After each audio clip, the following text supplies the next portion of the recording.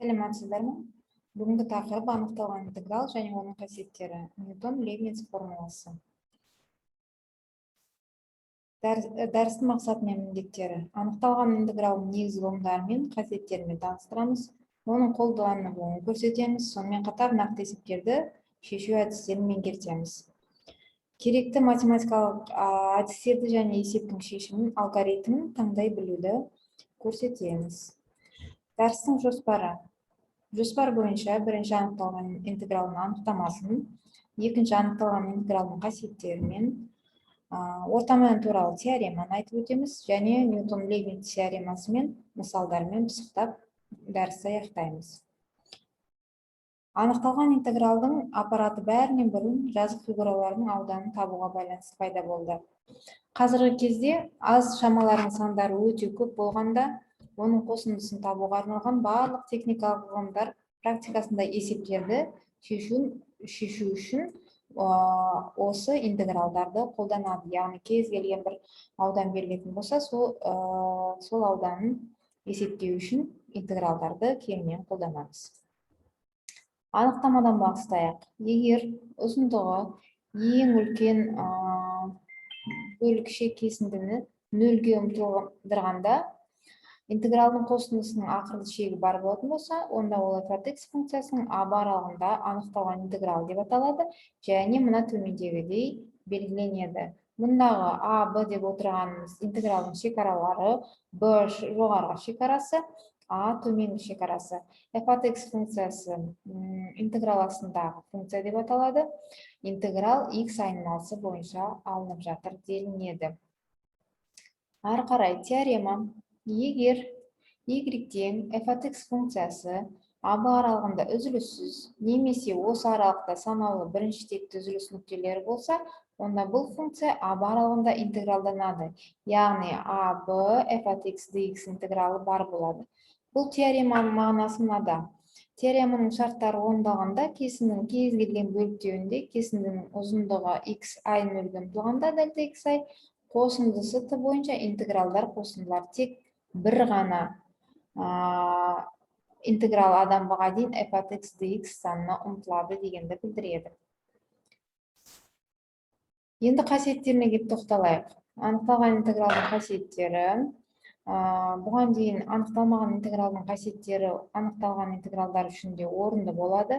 Сонымен қатар тағы да бірнеше қасиеттерді келтіріп өтейік. Егер интеграл астындағы өрнек тек тұрақты саннан тұратын болса, с деген, онда жоғарғы шекарасы b-дан а алынады. Себебі с тұрақты санның алғашқысы x-қа тең, x-тің орнына жоғарғы және төменгі шекараларын қойып табамыз. Келесі екінші қасиеті, егер а б кесіндісінде f(x) функциясы g(x) функциясынан кіші немесе тең болса, онда оның анықталған интегралы да кіші немесе тең болады. Келесі үшінші қасиет, егер а б кесіндісінде f(x) функциясын төменнен және жоғарыдан кіші m және үлкен m сандармен шектелсе, яғни егер а б кесіндісінде m кіші f(x) үлкен m болса, онда төмендегі теңсіздік орынды деп айтылады. Бұл тұжырымды анықталған интегралды төменнен және жоғарыдан бағалау деп те атайды. Келесі орта мән туралы теорема. Бұл да қасиетіне жатады. Айталық y-тен f(x) функциясы а б кесіндісінде үзіліссіз болсын, онда осы кесіндісінің с нүктесі табылып, f(x) dx fc мынау теңдік орынды деп аталады. Бұл жерде fc функциясының а б кесіндідегі орта мәні деп аталады. Келесі қасиет, алтыншы қасиет, кез келген адамға дейін интеграл берілсін. Бұл интегралды с деген а б кесіндісінің ортасынан алынған аралықпен қарастыруға болады. Яғни адан с-ға дейін интеграл, қосылған с-дан б-ға дейін деп екі интегралға бөліп жазуымызға болады. Екі емес, кейде тіпті үш интегралдарға да, одан да көп интегралдарға бөліп есептеуге тиімді болады екен. Келесі анықтама, егер а кіші б болса, онда адан б-ға дейінгі анықталу интегралы f(x) функциясының шекараларның орнын ауыстырсақ, интегралдың алдына минус таңбасын шығаруға болады екен.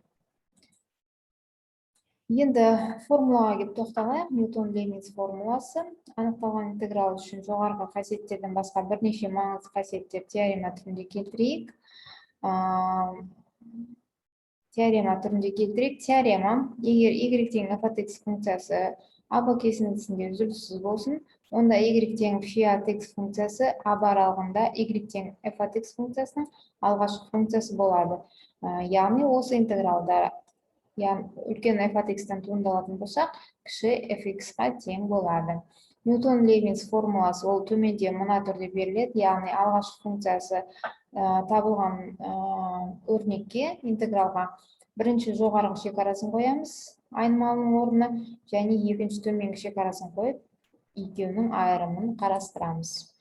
Енді мысалдарға келіп тоқталатын болсақ, бірінші мысал, мына түріндегі анықталған интеграл берілген. Осы интегралдың шешу жолдары келтірілген. Бұл интегралды шешу үшін біз не істейміз? Біз бөлімдегі x квадрат плюс 1-ді y деген айнымал өрнек деп аламыз, соның туындысын дифференциалын қарастырамыз. Дифференциалы бізде мынаған тең. Орнына апарып қою арқылы біз қарапайым интегралға, таблицалы қарапайым интегралға келтіреміз. Оның алғашқысын тауып шекараларын қоямыз да, соңында интегралдың мәнін есептейміз. Келесі мысал, екінші мысалды қарастырайық. Бұл мысалда бізде не көрсетілген? Бұл мысалда бізде жаңағы айтып отырған аралығымыз мынау аралық. Мына қисық сызықпен шектелген осы фигураның ауданын табу үшін біз не істейді екенбіз? Осы интегралды қолданады екенбіз. Яғни бұл суреттен біз интегралдың жаңа жасап жатқан жұмыстың қандай ауданды есептеп жатқанымыз, практикада нені есептеп жатқанымыз көрнекілік түрде көрсетіліп отыр. Келесі тест өтейік.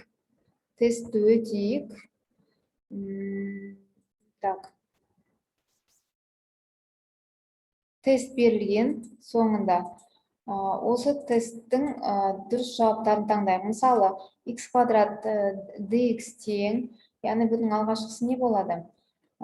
X куб бөлінген 3, соның орнына шекарасын қоясыздар, жауабы 8 бөлінген 3. Мысалы, егер сіз 4 таңдайтын болсаңыз, ол дұрыс емес, дұрыс жауап 8 бөлінген 3.